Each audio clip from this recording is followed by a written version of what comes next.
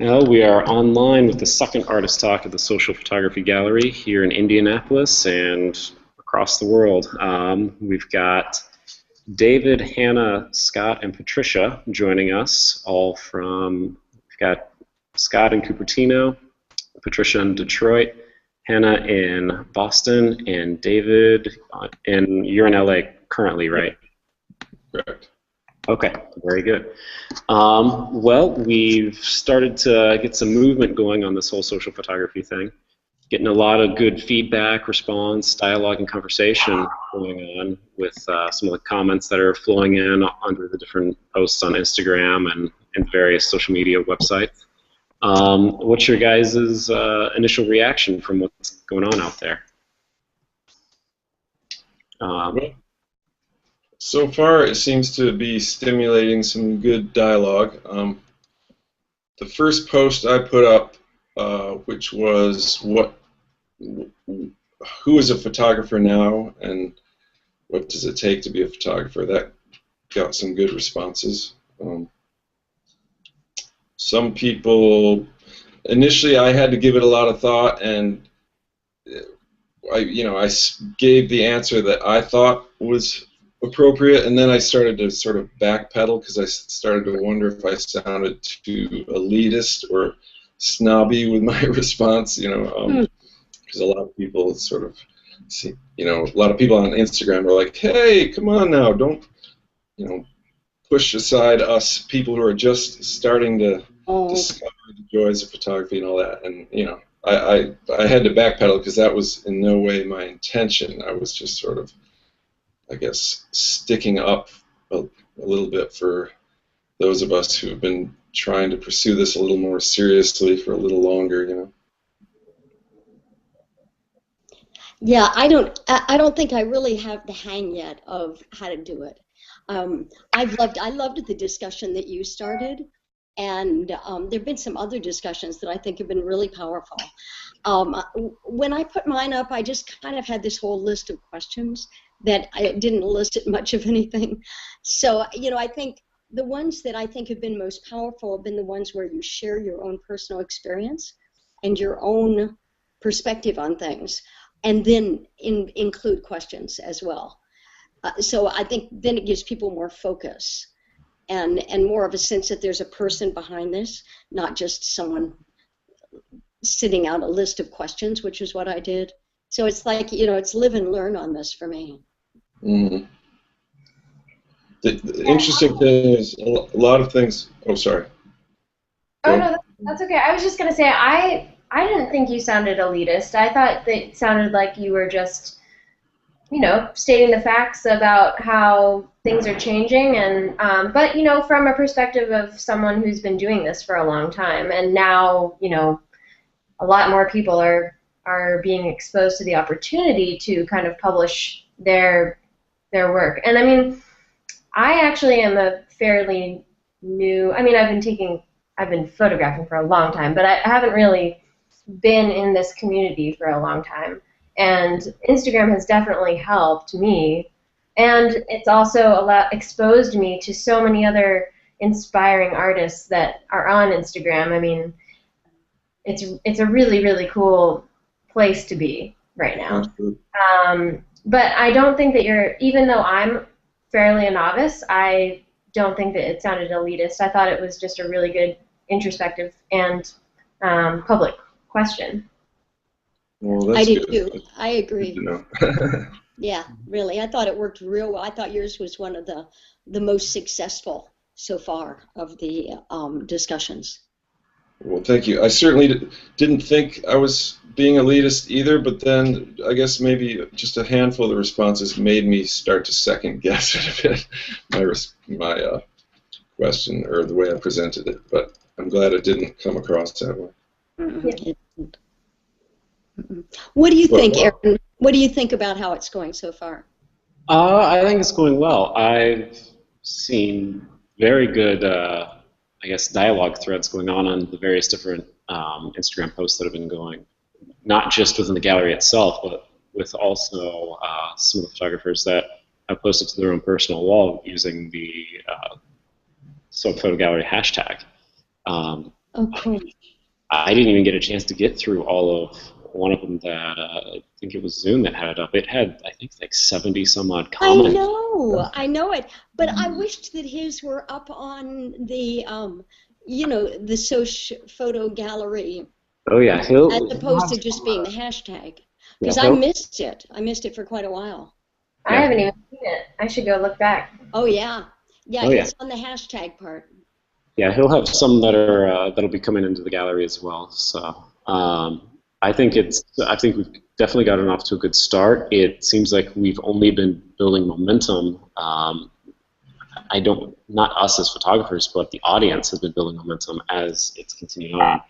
I mean, we're always going to be posting to Instagram no matter what, but the audience interaction and the audience, I guess, deeper thoughts that are going on, not just from us, but within each other, all of them bouncing off of one another, has really been nice and productive.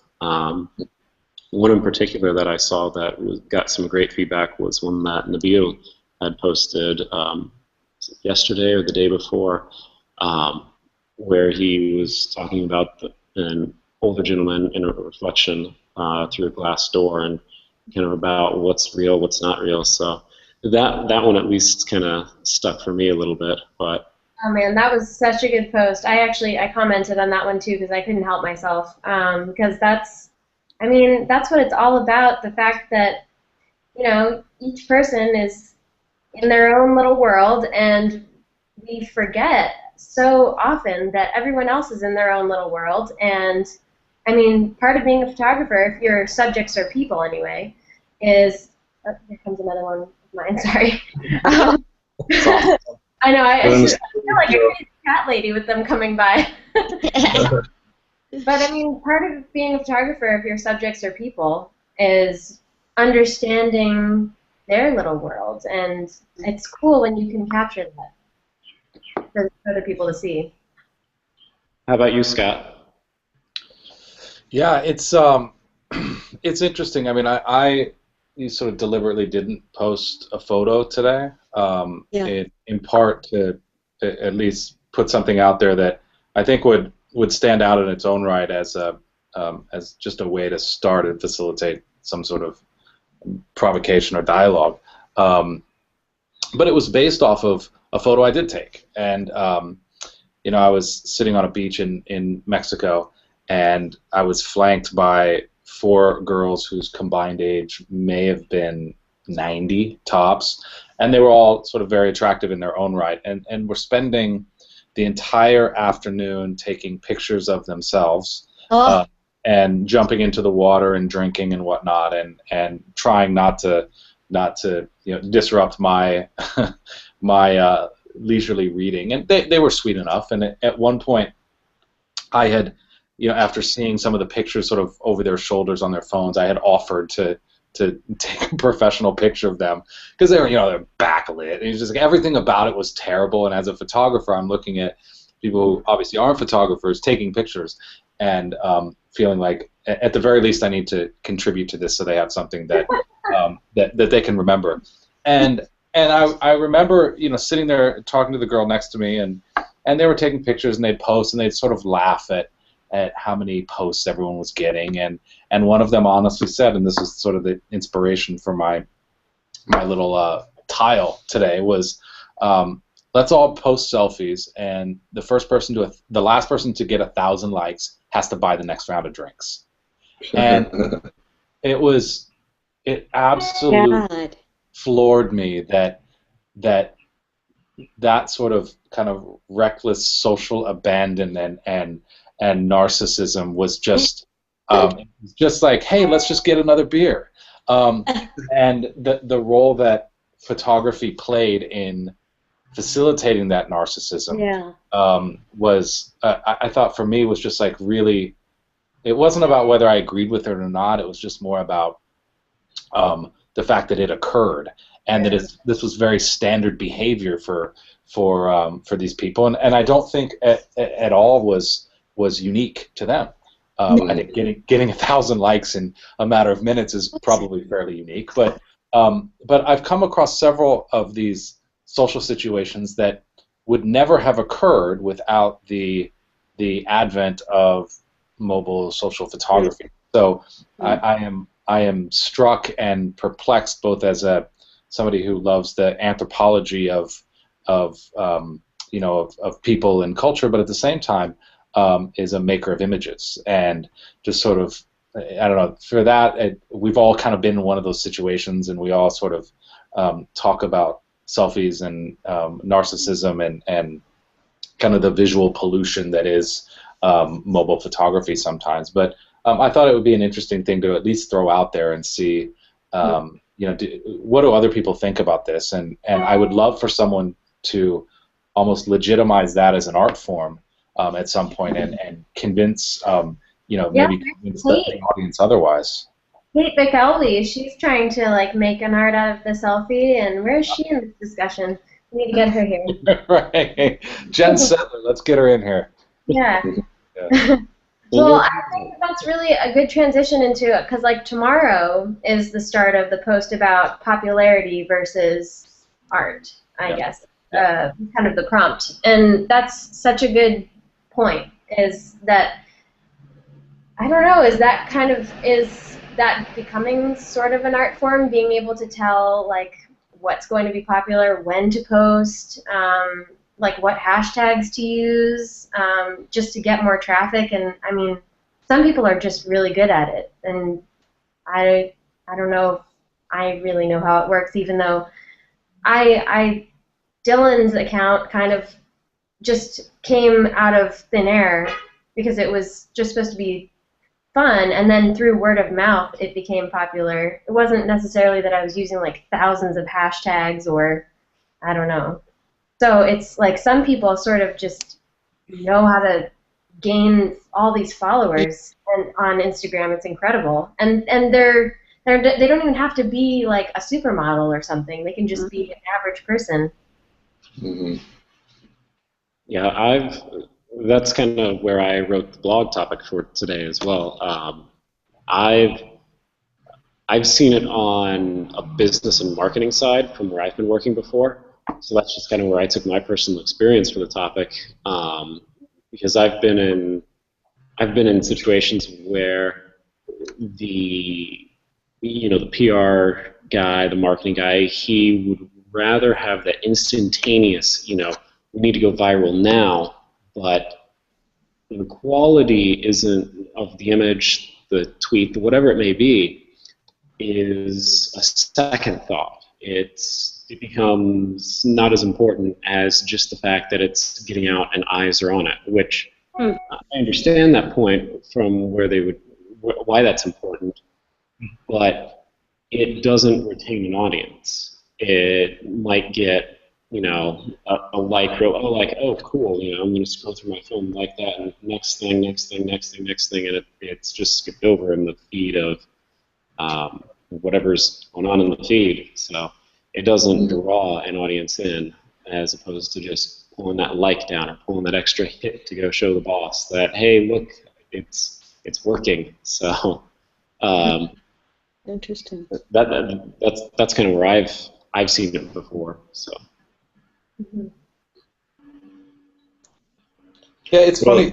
Someone, I don't know if it was someone that was at the start of this call, or maybe it was something I read. Everything all bleeds together for me anymore. But I think the idea, Patricia, it may have even been you, where this idea of I posted something and I thought I posted it because it was a good photograph and it was a reflection of how I like to see the world, and I liked this moment and it was good, and whether or not 10 people like it or 1,000 people like it or a couple hundred like it, in no way changes, at least as from my perspective, in no way changes the quality of that photograph. But in a weird way, it does sort of, this legitimacy of strangers does sort of have a weird kind of psychology to it in terms of how you look at you, and it's a weird sort of drug, and I'm curious, kind of from your guys' perspective, how you deal with that, and how you as the numbers get bigger.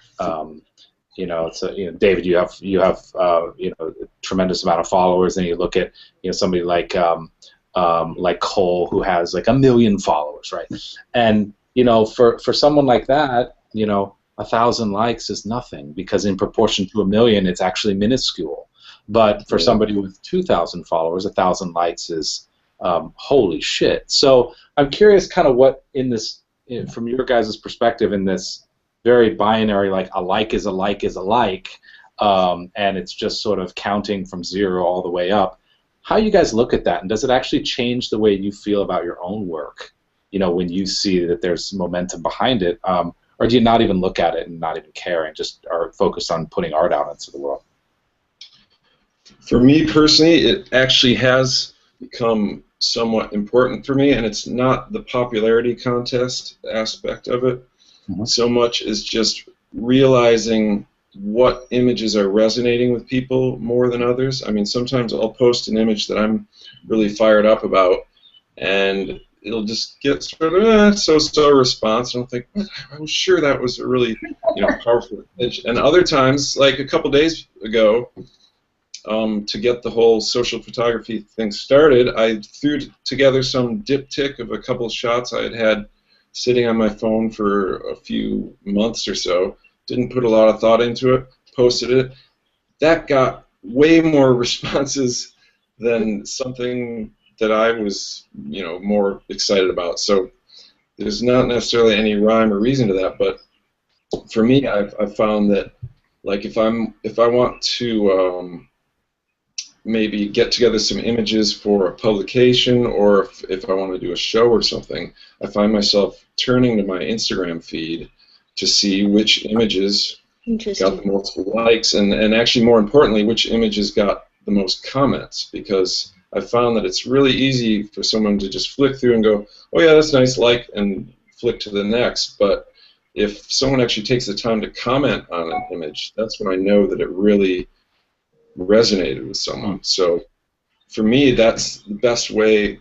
It's become one of the best ways for me to sort of gauge what my strongest work is. And so, like I say, if I'm going to submit some images to a publication or a contest or in a show, I basically grab the images that got the most likes and comments, because I figure those are the best ones for whatever reason. That's interesting. I found, I don't know, I mean, I don't have a lot of followers or anything, so I don't get a lot of likes or comments or anything like that, but I am surprised sometimes that photographs that to me are really nothing, I mean, just an absolute throwaway, will get a lot of, I mean, relatively speaking, will, for me, get a lot of likes. And I think, what the hell is going on with that? And I guess I look at Instagram, and maybe it's the people I follow, but I do see an awful lot of sunset pictures that are just, it's like one after, and they're gorgeous, mind you. Not saying they're not, they are. But they'll have these tons of likes and comments and the whole schmear, and it's like, I guess I begin to say to myself, I mean, who's the arbiter here, and am I really after the most popular image, or do I have to, do I kind of have to be my own judge on these things? Sometimes they'll surprise me and they'll make me rethink. I mean, if I get a good response to something that I wasn't thinking that much about, maybe it'll make me rethink it and look at it again and see, well, maybe it does have something going for it. Yep.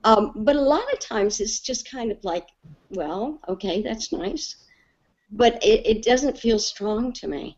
Again, each of us does our photography in our own way, with our own intention, with our own purpose, with our own eye, what interests us.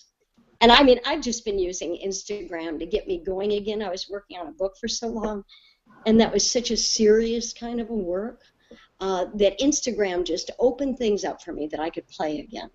And so that has really been what Instagram's been for me, is just the sense of going out there and just taking pictures every day and just having fun again with it, which I hadn't in a long time. Yeah, and that's part of the art, is having fun with what you're doing, because if you're not, I mean, where's the art in it anyway? But I also feel like Instagram is sort of about being, at least if you're trying to gain a following, like a lot of professional photographers are, like I am with Dylan, so that I can, you know, eventually make some sort of impact in the world in a small way. If you are trying to gain followers, you kind of have to be, I mean, this is your portfolio. You have to be sort of like a businessman, and you have to be an artist at the same time, because you have to listen to your audience, or else you're not going to maintain your followers. And at the same time, that might not always coincide with, you know, the artist within you. So, you know, because I'm not always posting things. I have to post things pretty often if I want to keep people following me. So not every photo that I post is going to be like the best to me at all. And so it can be kind of double-sided in that way, but sort of necessary because it is social media. I mean, the whole thing is you're interacting with other people, so their opinions do matter. It's interesting, David. You said something that that got me thinking about, you know, how do you gauge your own work, and you are in part judging the collective wisdom of the crowd who likes and comments on your work to send you a message to say, well, you know what, the barometer of greatness, according to the people who connect with my work on this particular or that particular image, is this or that, which I think is interesting. And if you kind of compare that to how historically photography has been judged, it tends to be one set of eyes judging one body of work, right? And you have a magazine editor, you have a curator of a museum or a gallery or whatnot, and it's that person or a couple of people, committee at best, whose expertise is respected enough that they can speak for the masses. And now you have the masses speaking for the masses, and that's kind of interesting, especially in this. You know, back to just the numbers. You know, my like is no stronger than, is no stronger than your like. Patricia is no stronger than Hannah, your uncle's like, right? At the end of the day, it's still +1 likes. But you know, I don't know about you guys, but I actually look at the people who, I don't care about the numbers really, but I care about the who. Yeah. And you sort of know who kind of your fans are, but there's about 10 people I truly care about whether or not they enjoy a particular picture, and you know, and if you know somebody at Magnum likes my picture, I'm like, well, fuck, I thought it was a good picture. Now I know it's a great picture. It doesn't matter if 18 other people saw it that way. You know, it matters that this person saw it that way, and so you know, I guess. Maybe we all have different relationships with the numbers, but that's kind of how I've looked at it. Just so I don't get, it's so easy to get caught up and wrapped up in this shit and to obsess about the numbers. And I try not to obsess about the numbers. I just care about, you know, what are people saying, David, to your point, and who are the ones saying it? And do I actually trust their opinions? There's a lot of people who will like everything I post, but it's like, well, yeah, okay, that's all good and well, but your opinion actually doesn't matter that much to me. This guy's opinion does, though. Yes. So, you know what, guys? I'm on 20% low. I'm gonna go try to find a place to plug in that I can come back. I'll go off for now, and I'll be back. Perfect. Yeah, to that same point, it's like we almost have little sub audiences for our various genres that we may capture in photography. Like I'll notice that the same crowd will like one type of image that I'll take, while a completely different group will go after another, and it kind of it's going to the audience almost as to where it goes, how many likes or how many comments, how many people actually engage with it and find it interesting.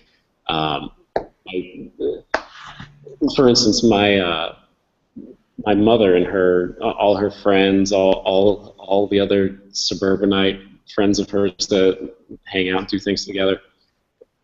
They do not stop talking about a photo that I just took in the backyard of a bowl of vegetables that I picked from the garden, and it was to show, hey,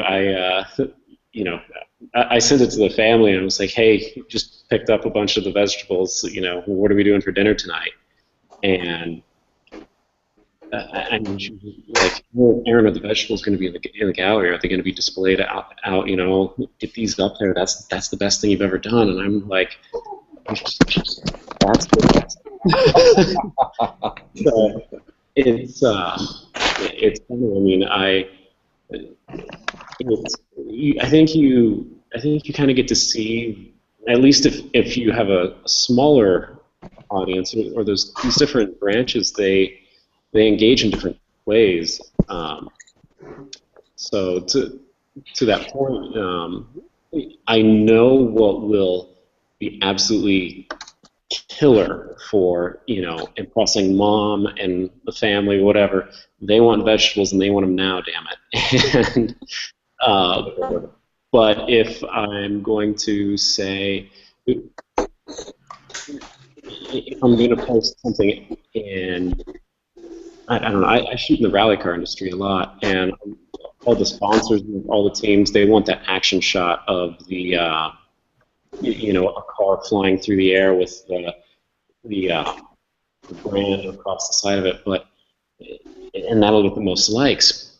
But in all honesty, that's not the photo that I'm most interested in. I'm more interested in the guy who's freezing to death in negative 20-degree weather, who's trying to fix the car after the driver just rolled the thing.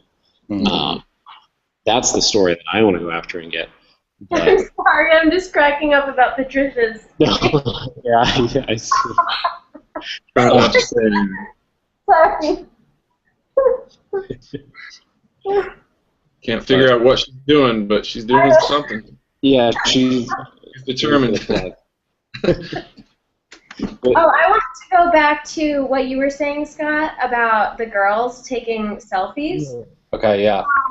And because I had a thought. It's about, like, and we were talking about how it's bred, like, this whole new level of narcissism because of, it's like people are finding themselves like so much more attractive, or like it's almost like they are the celebrities of their own world now because they can take these like glamour shots of themselves, and it's totally different than every other photographer is taking pictures of everyone else. They're behind the camera, and so their focus is on everyone else, and it's like this whole new just perspective of how people are viewing themselves. And it's really, I don't know if it's always selfish. I think some people are pretty good about, there are a select few that can take selfies where it's kind of modest, but most of them, it is narcissistic. But it's really interesting, like, it's just taken it to a totally new level. Totally. I found something on that was, you guys probably know this, but I found it very, very unsettling. And we were kind of playing around in the office one day, and we happened upon, we actually just spent like an hour on the Explore tab one day in Instagram. And I don't know if you've ever spent any time there, but it is a wretched place. And as we started going through and looking at things, and we started making some notes, and I was like, okay, cool. Well, there seems to be no rhyme or reason about how things get up here. It's not just about recency, and clearly it's not being curated by a human hand in the way that Flickr or something else would be. And so we brought in a couple guys who used to work at Instagram, and we said, how does this work? You guys designed Instagram. Tell us how this thing works. And he's like, well, basically it's math, and here's the formula that they use to calculate what gets on Explore. And basically there's this whole underbelly of an economy all about gaming the Instagram Explore tab. And essentially, you can go in and you can buy likes and you can buy comments on the open market for very little money. What? And yeah, and so we spent a day digging into this. And essentially, what we found is there are these Cheating. It's cheating. There are these black box companies. You know, a lot of them are based out of Eastern Europe. And you buy a block of likes and you assign it to a particular picture. And you can literally watch in real time your lights go up like a counter. It's just like brrrr, and it goes up. How And is that allowed? yeah, well, it gets better. Then we discovered this whole community of people and I was like, who the hell is this like girl who has 100,000 followers? Like she's a 9th grader in Illinois. She's a nobody. What the fuck's going on here? And we realized what was happening culturally is that followers on Instagram is the new breast implants and nose jobs for teenage girls. And what they're doing is, in lieu of buy me a car, buy me, a new nose, buy me this or that, is daddy buy me likes. Oh And my God. yeah. And this has been, so we actually have an au pair from Germany that's living with us. She's 19, just turned 20 this year. And so I asked her about this as well. And I was like, does this happen? She's like, oh yeah, all the time.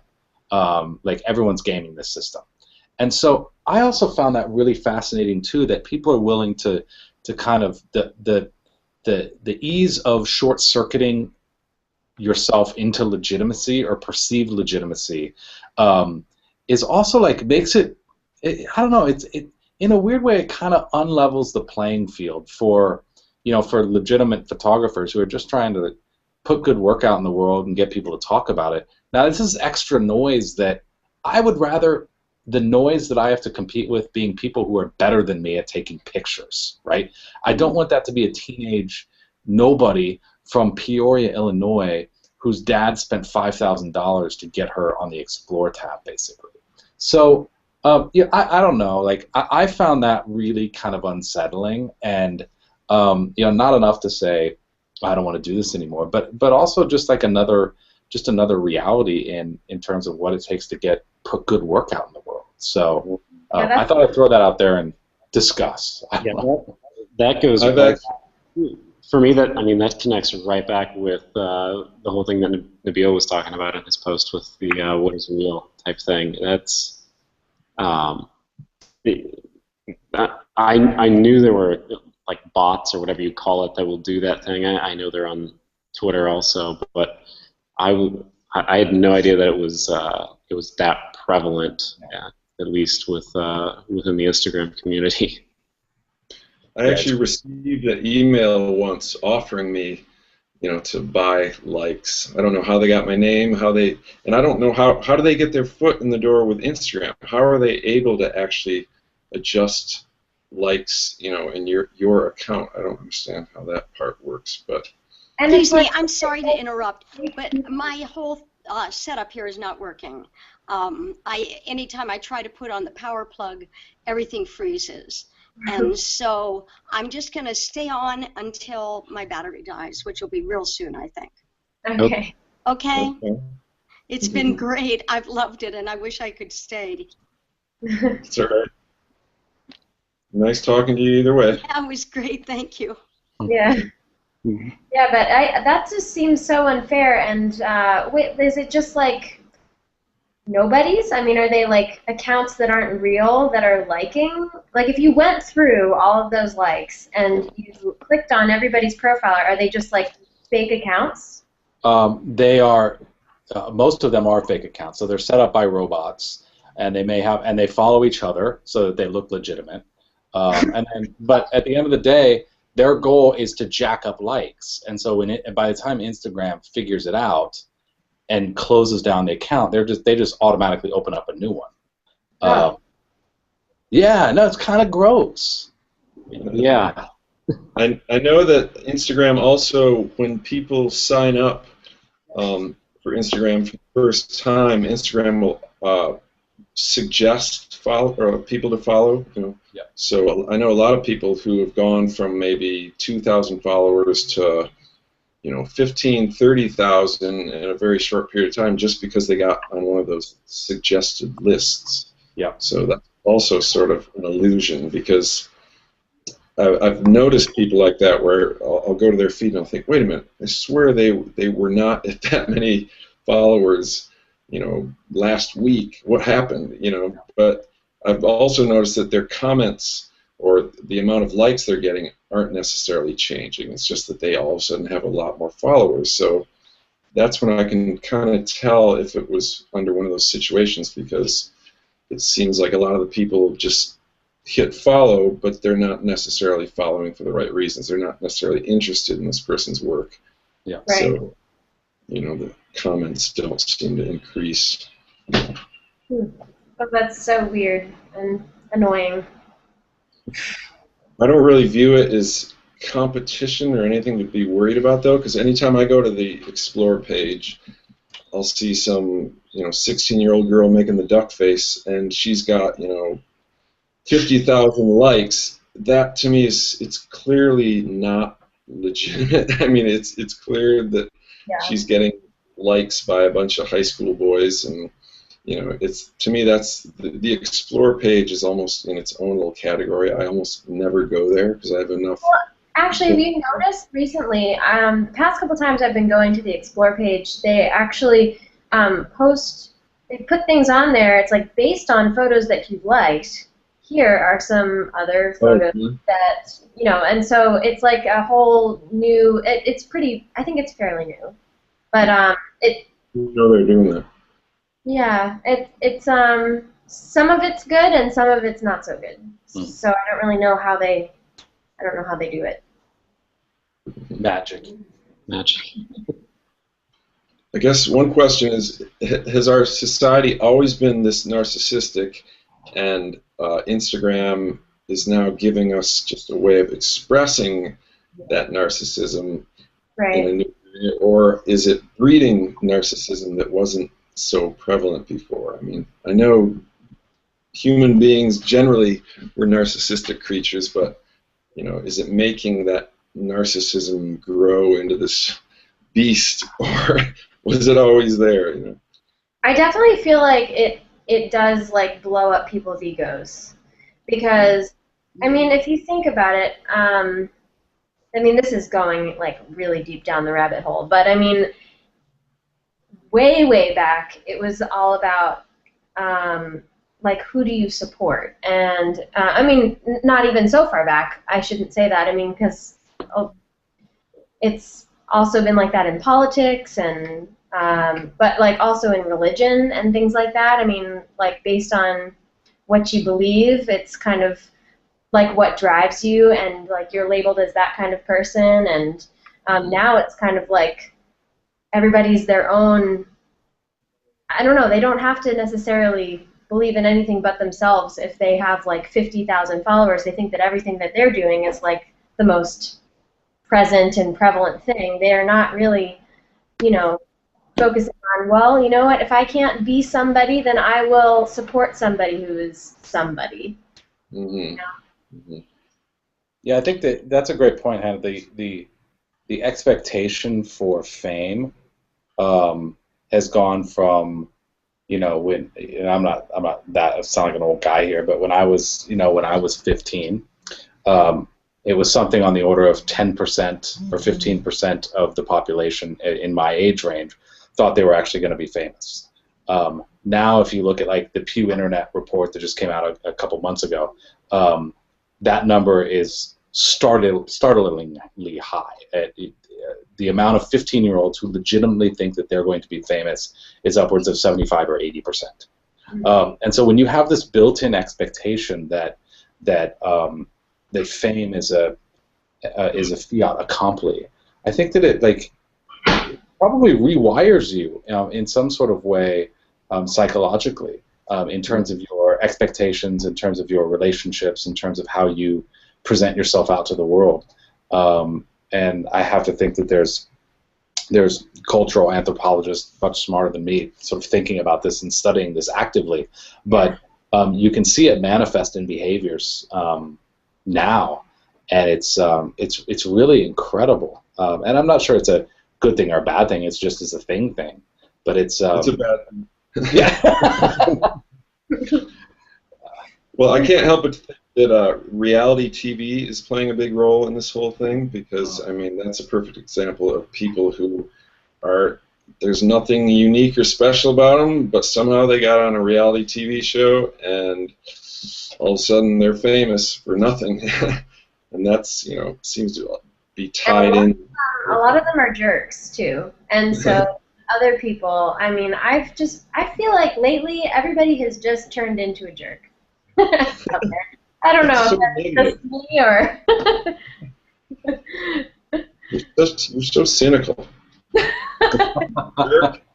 It's social media making us cynical now.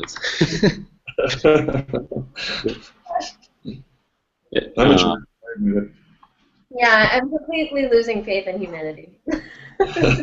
Okay, I lost it years ago. Way You're ahead not of you. alone. But I do have faith in this group of artists. I think this is really cool. I really like this discussion, and yeah, I'm definitely looking forward to continuing this. It's really, really cool. Oh yeah, absolutely. Yeah, and we'll have two more, at least two more talks, one on the 20th and then the 26th. So, and we will definitely let everyone know on their outlets as well. They're interested in joining as audience members. Cool. Awesome. Well, I think we've been going at it for close to an hour. Did you guys have any last thoughts before we break and continue on with the posts and the dialogue for up until the next one? Good. I'm good. Yeah. Well, again, and I'm still surprised every time that I see comments coming through. I guess not that someone's wanting to talk about it, but it just kind of the dialogue that's coming forth. I knew that it would be kind of uncharted waters that we're all traveling down, and I'm very comfortable with where it's been going so far. So, it's good because I found some of these questions that seem you'd think would be very obvious.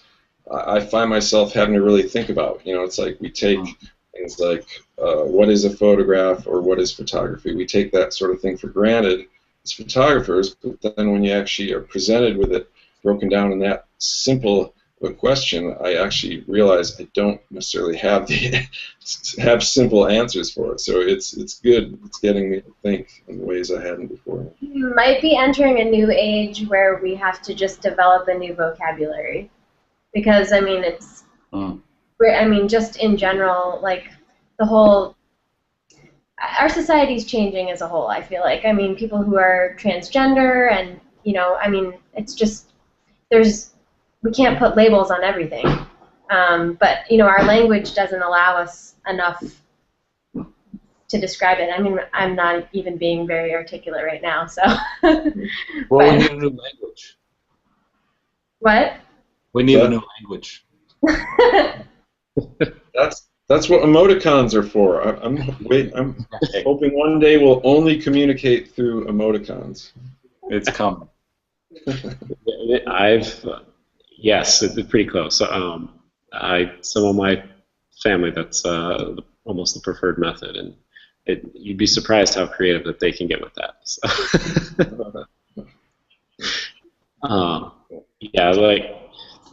Some of my whole motivation for doing this thing is we are in a heightened.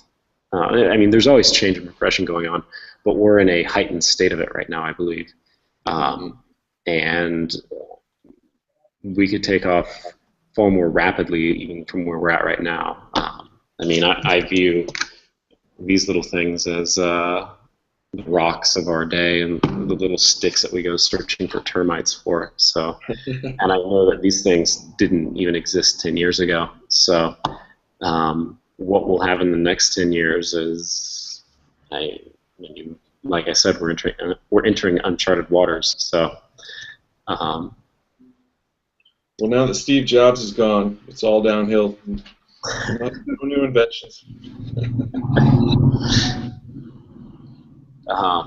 yeah, nothing new now. Well, Aaron, the gallery was really great. I thank you for hosting and everything. It was really cool, and everybody's work looks really great there. Yeah, I'm sitting in here now with some of our work. So we got Colin's. I love those lamps. They're Yeah. so cool. They're like little creatures. Yeah, those were a big hit. Dylan was a big hit too. We had, I mean, here's one of the TVs I've got.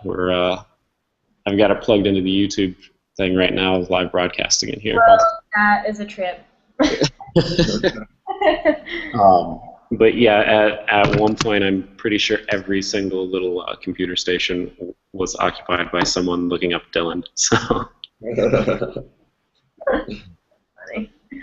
But yeah, guys, any other thoughts before we wrap up the broadcast for today? Good. I'm all out of thoughts. I got to get back to shooting. Sounds perfect. All right. Well, thank you everyone for tuning in, and we will we'll see you next time. Yeah, good to see you. Good to meet you, David, and good to see you, Scott and Aaron. You too, guys. You too. See you soon. Nice meeting you guys. Cheers.